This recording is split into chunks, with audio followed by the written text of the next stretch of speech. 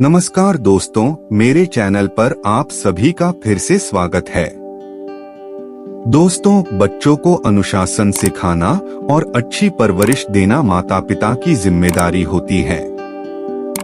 इसके लिए माँ बाप हर संभव प्रयास करते हैं, लेकिन कई बार माता पिता बच्चों को सुधारने के लिए कुछ ऐसे नकारात्मक शब्दों का प्रयोग कर देते हैं जिनका असर उनके दिमाग पर जीवन भर के लिए एक घाव का रूप ले लेता है, जिससे वे डिप्रेशन का शिकार हो जाते हैं।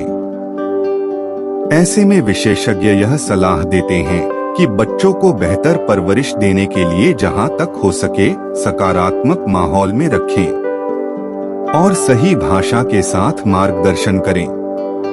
इस वीडियो में हम आपको ऐसे 5 शब्दों के बारे में बता रहे हैं जिसे किसी भी माता पिता को अपने बच्चों के लिए इस्तेमाल नहीं करना चाहिए। तो आइए दोस्तों जानते हैं उन 5 शब्दों को।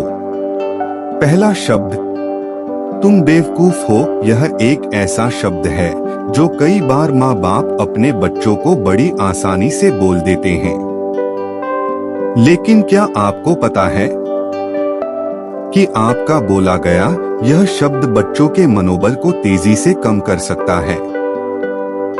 यही नहीं, यदि आप इस शब्द को बार बार अपने बच्चों के लिए इस्तेमाल कर रहे हैं तो इससे बच्चों का आत्मविश्वास डगमगा जाता है।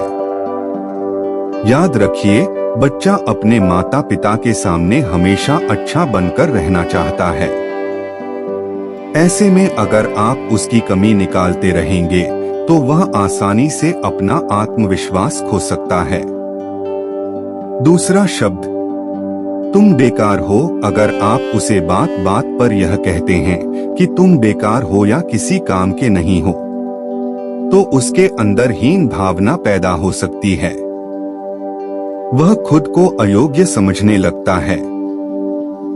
आपको याद रखना चाहिए कि आपका काम बच्चों के मनोबल को गिराना नहीं, बल्कि उनका मनोबल बढ़ाना है, जिससे वह जीवन की हर चुनौतियों का निडरता के साथ सामना कर सके। तीसरा शब्द, तुम मुझे पसंद नहीं हो।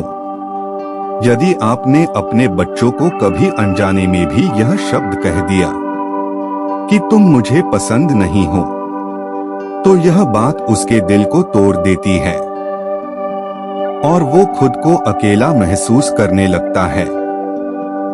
इसलिए आपको अपने बच्चों से इस तरह की बातें कभी भी नहीं कहनी चाहिए। यह शब्द बच्चों के लिए घातक हो सकता है। बेहतर होगा कि आप उन्हें प्यार करें। चौथा शब्द, तुम चुप रहो। अगर आप बच्चों को हर बात में चुप रहने की नसीहत देते रहेंगे तो वह यह समझेगा कि आपके लिए उसकी सोच या भावना मायने नहीं रखती।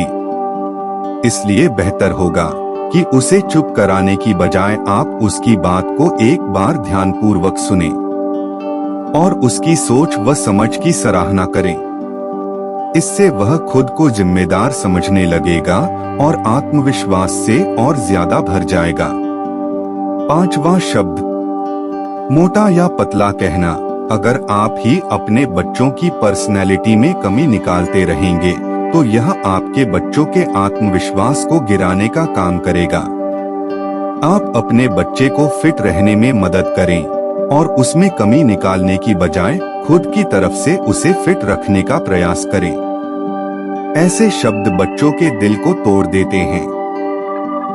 इसलिए बच्चा जैसा भी हो, अपने बच्चे को आगे बढ़ने के लिए सकारात्मक शब्दों का इस्तेमाल करें, ना कि उसके कोमल मन को तोड़ने वाले शब्दों का। तो दोस्तों, कैसी लगी आपको यह जानकारी? यदि अच्छी लगी हो तो कृपया वीडियो को शेयर व लाइक करें और मेरे चैनल को सब्सक्राइब भी करें।